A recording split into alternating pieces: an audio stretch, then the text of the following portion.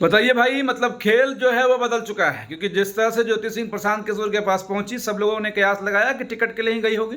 लेकिन वो पीसीआई करके कहती है कि हम टिकट के लिए नहीं बल्कि अपनी निजी समस्याओं को लेकर प्रशांत किशोर से मिल रहे हैं। यानी कि पूरी मीडिया लाइमलाइट के साथ ज्योति सिंह मिली प्रशांत किशोर से, और उसके अगले ही दिन यानी कि आज 10 अक्टूबर को पवन सिंह फेसबुक वाल पर लिखते हैं कि भैया हम भी अमित शाह से किसी और कारण से मिले थे और हमारा पर्पस चुनाव लड़ना बिल्कुल नहीं है। फिलहाल यानी कि फैंस को देखते हुए और करंट सिचुएशन को समझते हुए पवन सिंह ने ये फैसला ले लिया है कि इस बार के बिहार विधानसभा चुनाव में पवन सिंह कहीं से चुनाव नहीं लड़ेंगे, या फिर ये कह सकते हैं कि बिहार भाजपा जो इनकी नौटंकी इनके पत्नी ने किया उससे समझ गए कि भाई प्रशांत किशोर को एक मौका मिल जाएगा। ऐसे भी अशोक चौधरी से लेकर सम्राट चौधरी, सम्राट चौधरी से लेकर सांभवी चौधरी, सांभवी चौधरी से लेकर संजय जायसवाल, संजय जायसवाल से लेकर दिलीप जायसवाल तक की पोल पट्टी ऑलरेडी प्रशांत किशोर खोल ही चुके हैं। और हमने कल आपको ये भी बताया था कि वो मंच बड़ा रोमांचक होगा और बिहार की पब्लिक ऐसा ही इन मुद्दों को खूब मजा लेती है जब किसी के घर के किस्से सड़कों पर उछलते हैं। और यहाँ पर तो मंचों पर उछलेगा कि किस तरह से पवन सिंह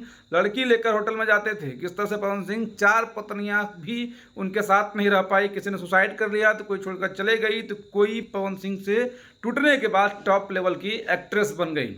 होटल्स में क्या हुआ, गर्लफ्रेंड के साथ क्या हुआ, मारपीट में क्या हुआ, पावर स्टार क्या होता है, झमकौला से खाली हुई, इन सारे नारों के साथ नरेंद्र मोदी का जो मंच है वो सजेगा, जिसके खिलाफ पे प्रशांत किशोर बैटिंग करेंगे। और यही वजह भी रहा। और एक और वजह ये भी है जो हम आपको ये भी बता रहे हैं कि परिवार में अगर आपकी लड़कियां यानी कि पत्नियां चाहें तो आपको खेसारी जैसा भैंस चरवा से स्टार बना सकती है, वरना ये दिन और ये कहानी भोजपुरी के कारण से बिहार में एक लैंडमार्क बन जाएगा कि पत्नी अगर खेसारी जैसा मिले तो आपको भैंस पर से उठाकर डिफेंडर का सफर करा सकता है, और पत्नी अगर पवन सिंह जैसा मिले तो 5 करोड़ के डिफेंडर से गिरा के आपको नीचे टोयोटा पे या फिर ऑटो पे भी या फिर ऑल्टो पर भी बैठा सकता है। क्योंकि आज यही समझ में आ रहा है कि जिसके लिए जिस चुनाव के लिए पवन सिंह ने 5 करोड़ का गाड़ी डिफेंडर लिया था ताकि उससे चुनाव प्रचार भी करेंगे, भौकाल मचेगा, और उस सब पर उनकी पत्नी ने मतलब पानी फेर दिया। जो नौटंकी हुआ वो तो आपने देखा, जो नौटंकी नहीं हुआ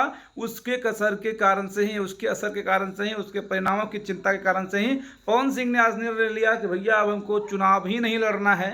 क्योंकि हमने आपको भी बताया तो बिहार में मर्डरर को वोट मिल सकता है, आप किसी का जमीन हड़प लिए हैं तो वोट मिल सकता है, आप धार्मिक दंगा भी करवा दिए तब भी वोट मिल सकता है। लेकिन बिहारी लोग, बिहारी मानसिकता के जितने भी लोग हैं या हिंदुस्तान के जो लोग होते हैं वो उस व्यक्ति को कभी वोट नहीं करते जिसका चाल चरित्र खराब होता है। ये यहाँ की मानसिकता है कि यहाँ पर आप अगर एक महिला का मर्डर भी कर दिए हैं वो ठीक है, रेप कर दिए हैं वो भी ठीक है, लेकिन अगर आपका चाल चरित्र खराब है तो उस कंडीशन में बिहार की जनता कभी आपको एक्सेप्ट नहीं करती है। इस कारण से आप समझिए, यानी कि आप ये कह सकते हैं कि एक महिला, एक पत्नी, पवन सिंह की पत्नी ने उनके ही मतलब राजनीतिक करियर का बेड़ा जो है वो गर्क कर दिया। अब ऐसे लोगों के बारे में, इस सिचुएशन के बारे में आपके मन में क्या ख्याल आ रहा है, ऐसा हुआ क्यों, इसके जिम्मेवार कौन है? पवन सिंह भी अगर समय रहते संभल जाते तो शायद आज ये दिन देखना नहीं पड़ता। जिस हिसाब से, जिस तरह से लोकसभा में पैचअप हुआ था, दोनों मिलकर साथ साथ प्रचार कर रहे थे, कितना खुशनुमा माहौल था। पब्लिक ने एक ही बार में 2.5 लाख वोट भी दे दिया बिना किसी पार्टी का। इस बार अगर भाजपा से आते तो डेफिनेटली जीत पक्की थी।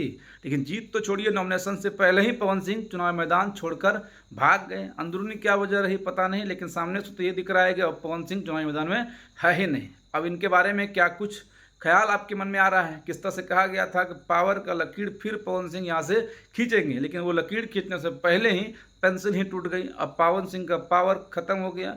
अब आपको क्या लगता है वो कमेंट में जरूर बताइएगा। जय हिंद।